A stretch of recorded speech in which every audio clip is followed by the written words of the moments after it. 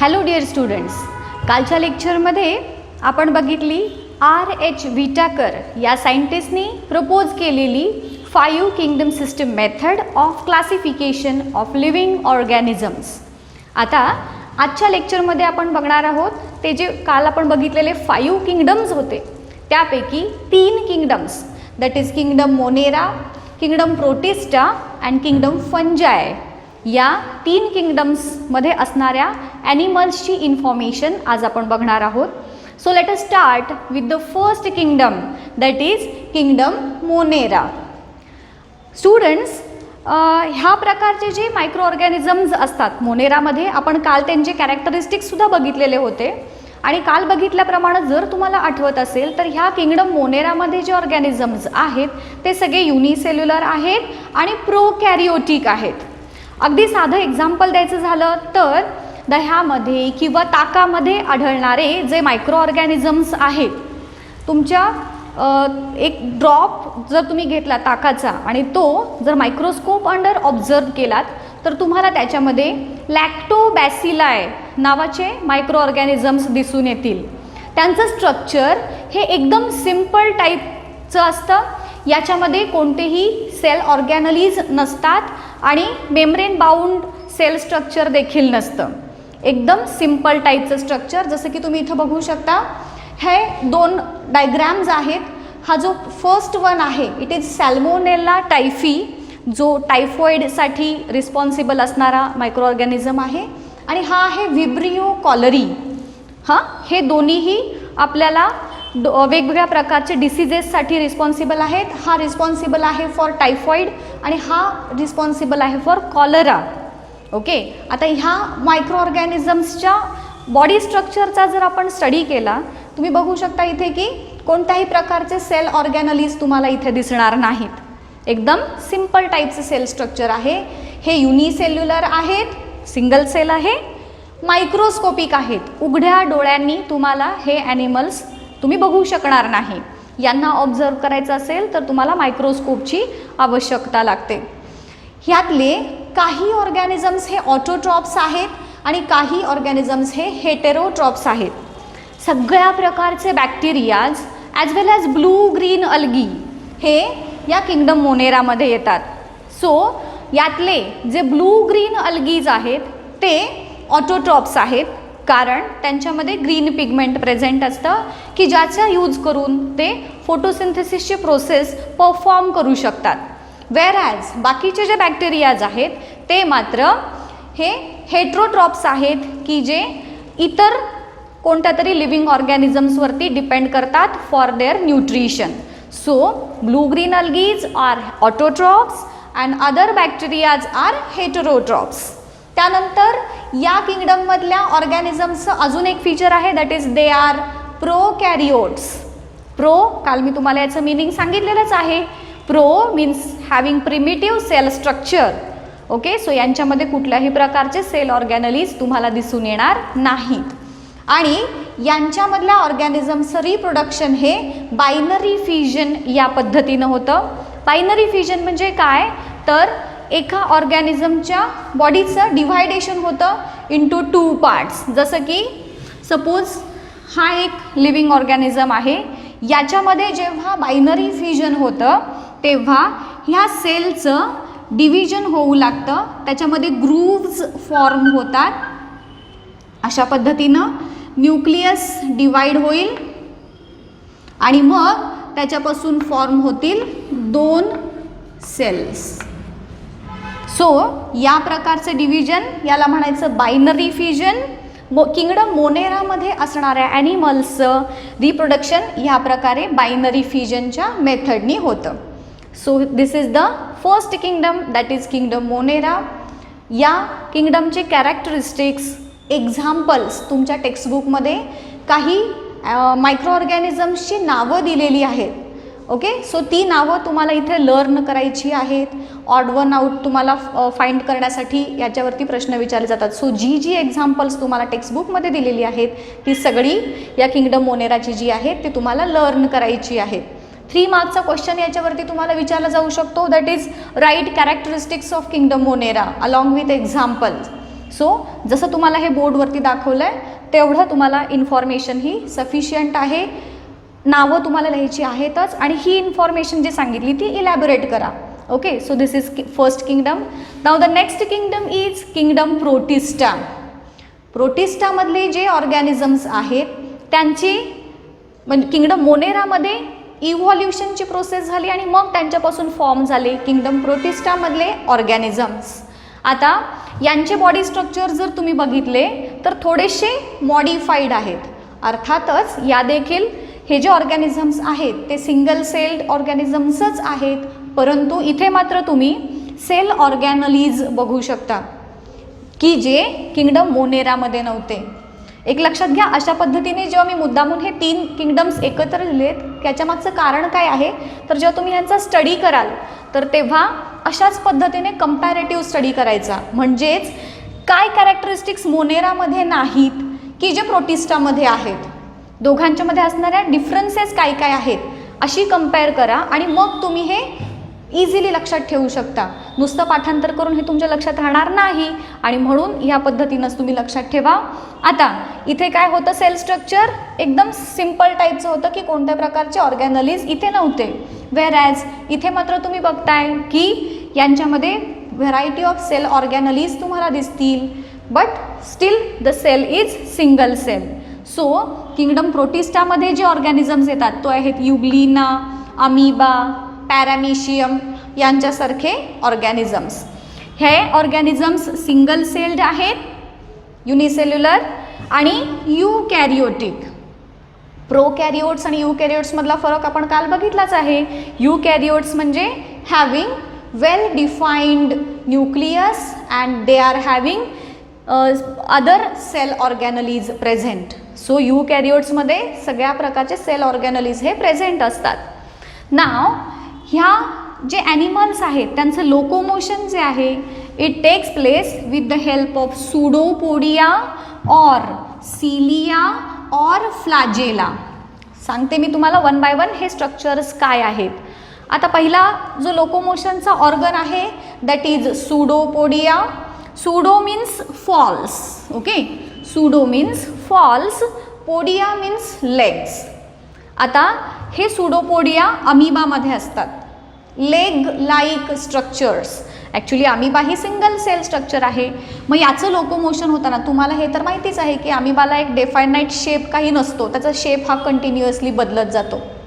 पाण्याचा ड्रॉप जरी आपण घेतला आणि जर आपण त्याला ऑब्झर्व केलं मायक्रोस्कोप अंडर तर आपल्याला ह्या प्रकारचे प्रोटिस्टा किंगडममध्ये असणारे ॲनिमल्स दिसतील. अमिबा असेल, पॅरामेशियम असेल. Okay, so amoeba is having no definite shape. मग हे जे स्ट्रक्चर्स आहेत अमिबाचे हे आहेत सुडोपोडिया म्हणजे लेग लाईक स्ट्रक्चर्स की ज्याच्या हेल्पनी तो लोकोमोशन परफॉर्म करतो. किंवा काही ॲनिमल्समध्ये जसं की आपण इथे युग्लिनामध्ये बघतोय व्हिप लाईक स्ट्रक्चर आहे, चाबकासारखं स्ट्रक्चर हे आहे ना, इट इज कॉल्ड ॲज फ्लॅजेला. हा फ्लॅजेला शेपटीसारखा आहे आणि तो असं मूवमेंट होणार आणि त्याच्या थ्रू हा युग्लिना लोकोमोशन करू शकतो. Whereas in case of paramecium जर आपण पॅरामेशियम बघितला तर it is having structures like this आणि ह्या स्ट्रक्चर्सना म्हणायचं सिलिया. हेअर लाईक पार्टिकल्स असतात की जे पूर्ण बॉडीवरती कवर्ड असतात आणि ह्या सिलियाच्या मदतीने हे पॅरामेशियम लोकोमोशन परफॉर्म करतं. सो किंगडम प्रोटिस्टामध्ये असणाऱ्या ॲनिमल्समध्ये लोकोमोशन कोणत्या ऑर्गन्सच्या हेल्पनी होतं. Either with the help of pseudopodia like in amoeba or with the help of cilia which are hair like structures as in case of paramecium or with the help of whip like structure called as flagella as in case of euglena.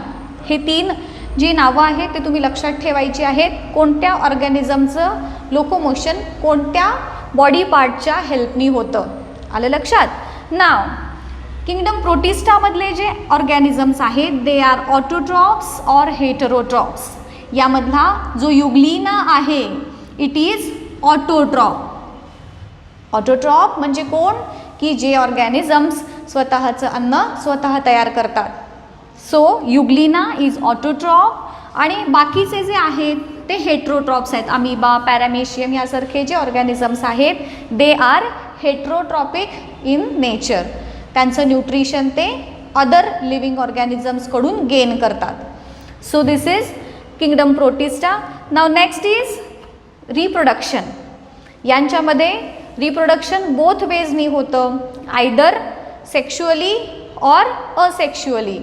Generally asexual reproduction होताना या पद्धतीनेच binary fusion through reproduction होतं किंवा fragmentation, budding अशा वेगवेगळ्या मेथड्सनी या ऑर्गॅनिझममध्ये reproduction हे होत असतं. नॉर्मली यांच्यामध्ये सेक्शुअल रिप्रोडक्शनपेक्षाही असेक्शुअल रिप्रोडक्शन जास्त फ्रिक्वेन्सीनं होतं. अशाच पद्धतीने बायनरी फ्युजन थ्रू. आलं लक्षात. त्यानंतरचा नेक्स्ट किंगडम आहे दॅट इज किंगडम फंजाय. फंगस ज्याला आपण बुरशी म्हणतो त्या किंगडम फंजायमध्ये इन्क्लूड होतात. अस्परजिलस आहे किंवा मशरूम्स आपण जे बघतो, ओके, भाकरीवरती ब्रेडवरती येणारी जी बुरशी असते ना, तर ती ह्या किंगडम फंजायमध्ये त्याचा समावेश होतो. इथे तुम्हाला जी डायग्रॅम दिसती आहे त्या डायग्रॅममध्ये ह्या किंगडम फंजायमध्ये असणारे जे ऑर्गॅनिझम्स आहेत त्याचं बॉडी स्ट्रक्चर तुम्हाला दिसतं. जी बुरशी आहे आपली ब्रेडवरती येणारी बुरशी जी आहे ती जर तुम्ही मायक्रोस्कोप खाली बघितली तर अशा पद्धतीची दिसते. आता हे जे किंगडम फंजायमधले ऑर्गॅनिझम्स आहेत these are non green organisms. म्हणजेच यांच्यामध्ये ग्रीन पिगमेंट्स आहे का, नाही आहे. आपण मोनेरामध्ये पण बघितलं होतं की काही ऑटोट्रॉप्स आहेत, हेट्रोट्रॉप्स पण आहेत. प्रोटिस्टामध्ये पण काही ऑटोट्रॉप्स आहेत, हेट्रोट्रॉप्स आहेत. पण किंगडम फंजायमध्ये मात्र ऑलमोस्ट ऑल ऑर्गॅनिझम्स हे नॉन ग्रीन किंवा हे कंपल्सरी सॅप्रोफाइट्स आहेत. बघा मी काल तुम्हाला ह्या वर्डचं मीनिंग देखील सांगितलेलं होतं. सॅप्रोफाइट्स म्हणजे असे ऑर्गॅनिझम्स की जे डेड अँड डिकेइंग ऑर्गॅनिक मॅटरवरती वाढतात, त्यांच्यापासून न्यूट्रिशन गेन करतात, कुजणाऱ्या पदार्थांपासून न्यूट्रिशन मिळवतात आणि म्हणून किंगडम फंजायमध्ये जे ऑर्गॅनिझम्स आहेत त्यांना म्हणतात सॅप्रोफाइट्स. हे ऑर्गॅनिझम्स मल्टीसेल्युलर आहेत आणि युकॅरियोटिक आहेत. आता एक लक्षात घ्या, किंगडम प्रोटिस्टाच्या पुढचे जे ऑर्गॅनिझम्स आहेत ते सगळेच युकॅरियोट्स येतात आणि किंगडम फंजायमध्ये जे आहेत तिथंपासूनचे पुढचे सगळ्या किंगडम्समधले ॲनिमल्स हे मल्टीसेल्युलर येतात. फक्त पहिल्या 2 किंगडम्समधले ऑर्गॅनिझम्स हे युनिसेल्युलर आहेत.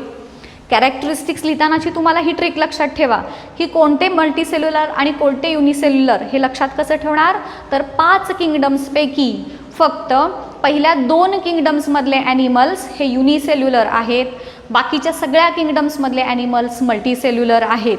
त्यानंतर पहिल्या 2 किंगडम्समधले ॲनिमल्स ऑटोट्रॉप्स, हेट्रोट्रॉप्स दोन्ही कॅटेगरीत येतात. वेअर ॲज किंगडम फंजायमधले ॲनिमल्स मात्र कंपल्सरी सॅप्रोफायटिक येतात. त्यानंतर फक्त किंगडम मोनेरामधले ॲनिमल्स जे आहेत ते कसे आहेत, प्रोकॅरियोटिक आहेत. वेअर ॲज प्रोटिस्टा, फंजाय आणि बाकी सगळ्या किंगडम्समधले ॲनिमल्स हे युकॅरियोटिक येतात. सो अशा पद्धतीनं कंपॅरेटिव्ह लक्षात ठेवा, खूप इझिली तुमच्या लक्षात राहील. आता ह्या किंगडम फंजायमधला नेक्स्ट इम्पॉर्टंट कॅरेक्टरिस्टिक अशी आहे की यांच्या बॉडीची सेल वॉल जी आहे, सेल वॉल माहिती आहे ना तुम्हाला, जनरली सेल वॉल ही प्लांट सेलमध्ये प्रेझेंट असते असं आपण शिकलो आहे. ॲनिमल सेलमध्ये सेल वॉल ॲबसेंट असते. सेल वॉल या किंगडम फंजायमध्ये असणाऱ्या ऑर्गॅनिझम्समध्ये देखील प्रेझेंट असते, बट ती ज्या पदार्थापासून बनलेली असते त्या पदार्थाचं नाव आहे कायटीन. कायटीन ह्या एक प्रकारची शुगर आहे ही की जी एकदम टफ आहे आणि कॉम्प्लेक्स स्ट्रक्चर असतं त्या शुगरचं आणि ह्या कायटीन नावाच्या शुगरपासून ह्या किंगडम फंजायमधल्या ॲनिमल्सची सेल वॉल जी आहे ती बनलेली आहे. ओके, की ज्याच्यामुळं त्यांची सेल वॉल ही हार्ड आणि रिजिड अशी स्ट्रक्चर असणारी आहे. आता या ॲनिमल्सचं किंवा ह्या ऑर्गॅनिझम्सचं म्हणू आपण, रिप्रोडक्शन जे आहे ते असेक्शुअली होतं 3 प्रकारच्या मेथडनी. प्रत्येक मेथड तुम्हाला मी 1 बाय 1 सांगतेच. पहिली मेथड आहे फ्रॅगमेंटेशन. फ्रॅगमेंटेशन होताना एक्झॅक्टली काय होतं बघा, ह्या जे ऑर्गॅनिझम्स आहेत त्यांच्या सपोज एक ही त्याची सेल आहे किंवा एक बॉडी आहे, याचं फ्रॅगमेंटेशन होताना त्याचे 2 तुकडे होतात. ओके, आणि प्रत्येक सेपरेट झालेले जे 2 तुकडे आहेत त्यांच्यापासून परत नवीन ऑर्गॅनिझम तयार होतो. सो ही मेथड झाली फ्रॅगमेंटेशन. काय झालं, काही रिझन्समुळे बॉडीचे 2 तुकडे झाले. ओके, ज्या भागामध्ये फ्रॅगमेंटेशन होणार आहे तिथल्या सेल डेड होऊन जातात आणि डेड झाल्यामुळं त्या बॉडीचे 2 भाग झाले आणि सेपरेट झालेला प्रत्येक बॉडीचा जो पार्ट आहे त्याच्यापासून नवीन ऑर्गॅनिझम तयार होतो. या मेथडला म्हणायचं फ्रॅगमेंटेशन. दुसरी मेथड आहे दॅट इज बडिंग. बड म्हणजे कळी ज्याला म्हणतो आपण. बडिंगमध्ये काय होतं बघा, suppose this is the cell. आता ह्या सेलला बड फॉर्म होते. म्हणजे कशी, अशा पद्धतीने बड फॉर्म झाली. ही बड त्याचा साईज हळूहळू इन्क्रीज होत जातो आणि एक सफिशियंट साईज अटेन केल्यानंतर याच्यामधलं जे न्यूक्लियस आहे, न्यूक्लिअर मटेरियल देखील या बडमध्ये ट्रान्सफर होईल. बड फॉर्म झाली, आकार हळूहळू वाढत गेला आणि मग ही बड एका स्पेसिफिक स्टेजनंतर पेरेंटपासून डिटॅच झाली आणि ही एक सेल झाली आणि ही एक वेगळी सेल झाली. आलं लक्षात? So this is the another method of reproduction that is budding. आणि नेक्स्ट मेथड आहे दॅट इज स्पोर फॉर्मेशन, जे इथं तुम्हाला दिसतंय. याच्यामध्ये हे जे आहेत हे स्पोरॅन्जियम आहेत, हे स्ट्रक्चर्स त्याला म्हणायचं स्पोरॅन्जियम. आणि ह्या स्पोरॅन्जियममध्ये छोटे छोटे छोटे छोटे स्पोर्स असतात. जेव्हा हे स्पोरॅन्जियम मॅच्युअर होतं ते स्पोरॅन्जियम फुटतं आणि त्याच्यामधून स्पोर्स, जसं की सीडसारखं इमॅजिन करा, छोटे छोटे सीड्स असतात. स्पोर म्हणजे छोटे सीड्स. आणि हे स्पोर बाहेर पडल्यानंतर परत एखाद्या कोणत्या तरी मॉइस्ट सरफेसवरती जाऊन पडतात आणि मग त्याच्यापासून परत नवीन हे म्युकरचं स्ट्रक्चर फॉर्म होतं. So this is the method of reproduction by means of spores. ठीक आहे. सो हे 3 किंगडम्स आपल्याला आत्ता बघायचे होते. आता नेक्स्ट ह्याच्यामध्ये आपण बघणार आहोत की ही RH विटाकरने सांगितलेली जी 5 किंगडम सिस्टम मेथड आहे त्याचे मेरिट्स काय आहेत आणि डीमेरिट्स काय आहेत. So let us see what are the merits and demerits of Whittaker's 5 kingdom system of classification. First merits बघूयात. फर्स्ट मेरिट काय आहे बघा याची, prokaryotes differ from others and got separate place. या सिस्टम ऑफ क्लासिफिकेशनचं पहिलं मेरिट दॅट इज ॲडव्हान्टेज काय आहे तर प्रोकॅरियोट्स आणि यूकॅरियोट्स जे आहेत ते सेपरेट प्लेसेसमध्ये ठेवलेले आहेत की ज्याच्यामुळं त्यांचं आयडेंटिफिकेशन करणं आणि त्यांच्या कॅरेक्टरिस्टिक्सचा स्टडी करणं हे खूप इझी जाणार आहे. So this is the first merit.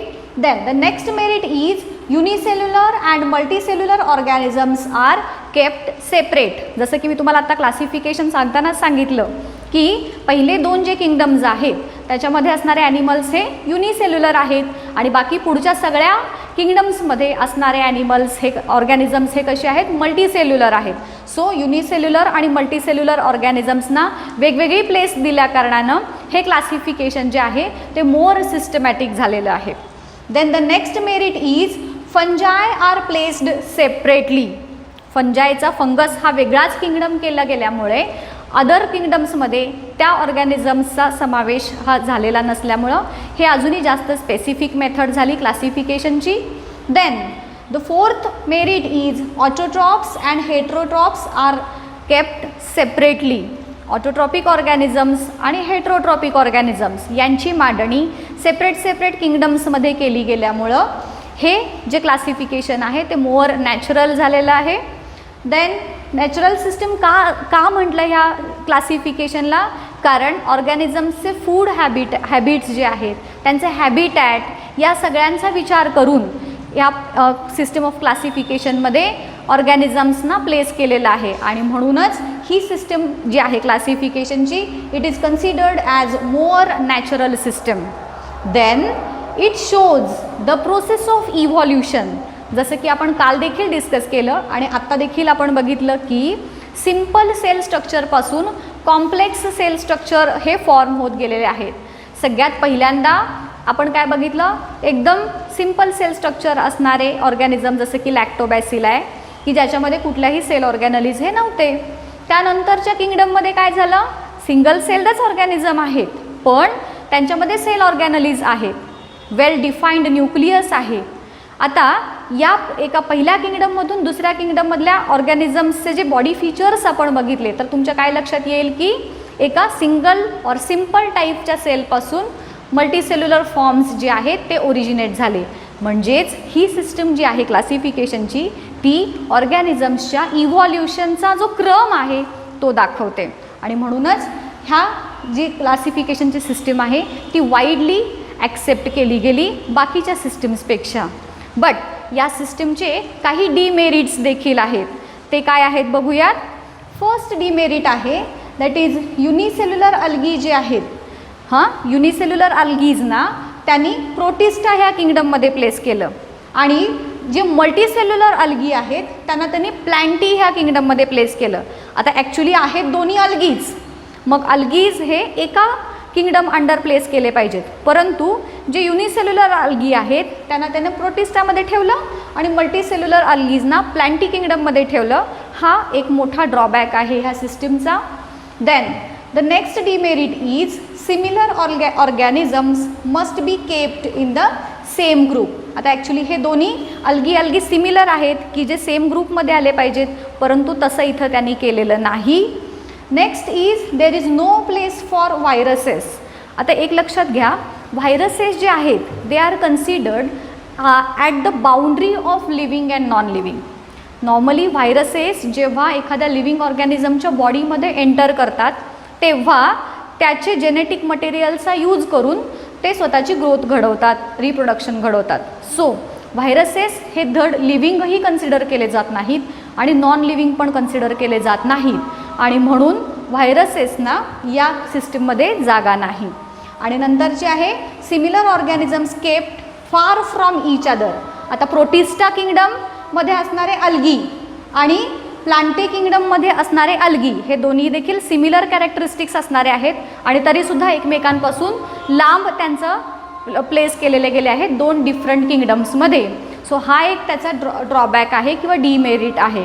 So आज आपण काय काय बघितलं, विटाकरनी प्रपोज केलेली 5 किंगडम सिस्टमपैकी 3 किंगडम्स आपण बघितले, that is kingdom Monera, kingdom protista आणि किंगडम फंजाय. आणि त्यानंतर आपण बघितले की ह्या 5 किंगडम सिस्टम ऑफ क्लासिफिकेशनचे मेरिट्स काय आहेत आणि डिमेरिट्स काय आहेत. सो आजच्या लेक्चरमध्ये आपण इथे थांबतोय. नेक्स्ट लेक्चरमध्ये आपण याच्या पुढचे पार्ट्स बघूयात.